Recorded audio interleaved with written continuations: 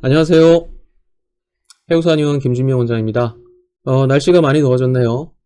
보일러 끈 지가 며칠 된 것 같지도 않은데 벌써 에어컨을 틀고 있습니다. 갑자기 더워진 날씨에 여러분 모두 건강 조심하시기 바랍니다. 입냄새에 관한 얘기를 막상 시작하려고 하니까 어떤 식으로 풀어가야 될지 좀 고민이 됩니다. 그래서 우선은 입냄새에 관한 전반적인 내용들을 좀 소개시켜 드리고 차차 영상을 진행하면서 하나씩 조금 세부적인 내용들을 또 설명하는 기회를 갖도록 그렇게 진행을 좀 해볼까 합니다. 또 기회가 되면 중간중간 실제 환자들의 사례도 좀 소개를 해드릴 수 있도록 하겠습니다.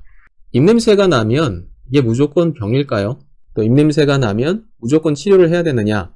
이런 이제 궁금하신 점들이 있을 거예요. 그래서 입냄새를 한번 조금 분류를 해보고 또 자세하게 또 얘기를 나눠보도록 하겠습니다. 입냄새를 분류할 수 있는 방법은 몇 가지가 있습니다. 썩은 냄새나 구릿한 냄새처럼 냄새 특징에 따라서 입냄새를 분류할 수도 있겠지만 오늘은 조금 더 크게 분류를 한번 해보겠습니다. 크게 보면 생리적인 입냄새와 병리적인 입냄새로 분류를 할 수가 있습니다. 생리적인 냄새라고 하는 것은 누구에게나 발생할 수 있는 그런 입냄새를 말씀드리는데요. 첫 번째로는 아침 기상 후에 발생하는 입냄새라든지 자극적인 음식을 먹었을 때 나는 입냄새, 또 여성들의 경우에 생리기간 중에 발생하는 냄새, 또 나이가 들면서 생기는 노인성 입냄새, 공복이 너무 길어질 때 나는 입냄새 같은 것들을 예로 들 수 있겠죠.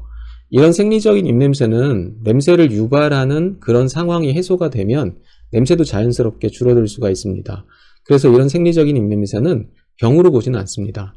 두 번째로 이제 병리적인 입냄새라고 한다면 구강의 문제나 호흡기, 소화기, 당뇨나 간경변, 신부전 같은 전신적인 질환, 이런 다양한 병리적 원인으로 인해 발생하는 입냄새라고 볼 수 있습니다. 병리적인 입냄새는 보통 지속적이거나 반복적으로 다른 사람에게 불쾌감을 일으킬 정도의 냄새가 나기 때문에 이 경우는 반드시 치료가 좀 필요하다고 볼 수 있겠죠.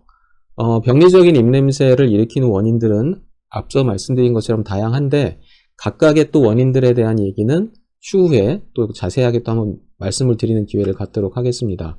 그리고 저는 이제 입냄새를 분류할 때 타각적인 입냄새와 자각적인 입냄새로도 분류를 하고 있습니다.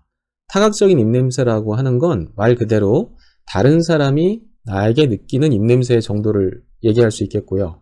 자각적인 입냄새라고 하는 거는 환자분 스스로 느끼는 자신의 입냄새, 그리고 입이 텁텁하다든지 찝찝하다든지 입이 쓰다든지 하는 입안의 불편감, 이거를 모두 통틀어서 말할 수가 있겠습니다. 많은 분들이 타각적인 입냄새와 자각적인 입냄새를 동일하게 생각하는 경우가 많습니다.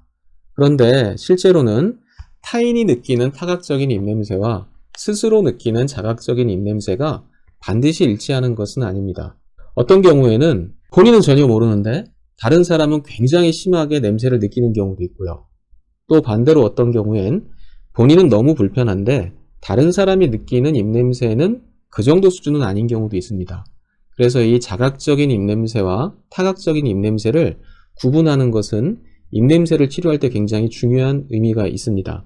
타각적인 입냄새는 좀 객관적인 방법으로 명확하게 밝혀낼 수 있는 입냄새들인데요.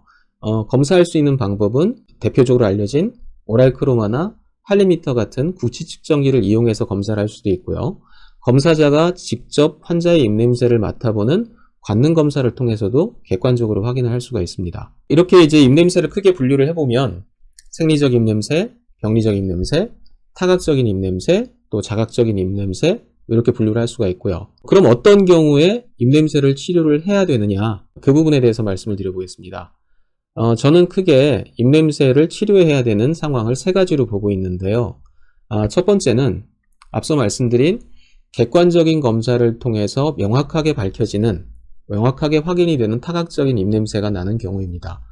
오랄크로마, 할리미터 이런 기계적인 측정과 또 관능 검사를 통해서 뚜렷하게 악취가 확인이 되면 당연히 치료가 필요하겠죠. 두 번째는 타각적인 입냄새가 심하지는 않지만 자각적인 입냄새가 심한 경우, 즉 스스로 느끼는 입냄새가 너무 불편하다든지 스스로 입안이 쓰고 입이 텁텁하고 설태가 끼고 찝찝하다든지 이런 자각적인 불편감이 아주 심하면 타각적인 냄새가 많지 않더라도 치료가 필요하다, 이렇게 보고 있습니다. 그리고 세 번째는 타각적인 입냄새가 심하든 심하지 않든 입냄새를 유발할 수 있는 원인들이 명확하게 보이면 이것도 마찬가지로 치료의 대상으로 보고 있습니다. 예를 들어 속이 쓰리다든지 신물이 많이 올라온다든지 비염이 아주 심하다든지 이런 증상들은 현재 입냄새가 심하지 않다고 해도 언젠가는 반드시 입냄새를 유발할 수 있는 원인이기 때문에 이 경우에도 해당 증상의 치료와 더불어 입냄새 예방의 차원에서 치료가 필요하다고 보고 있습니다. 자, 오늘 정리를 해보면 입냄새가 난다고 해서 무조건 병은 아니다.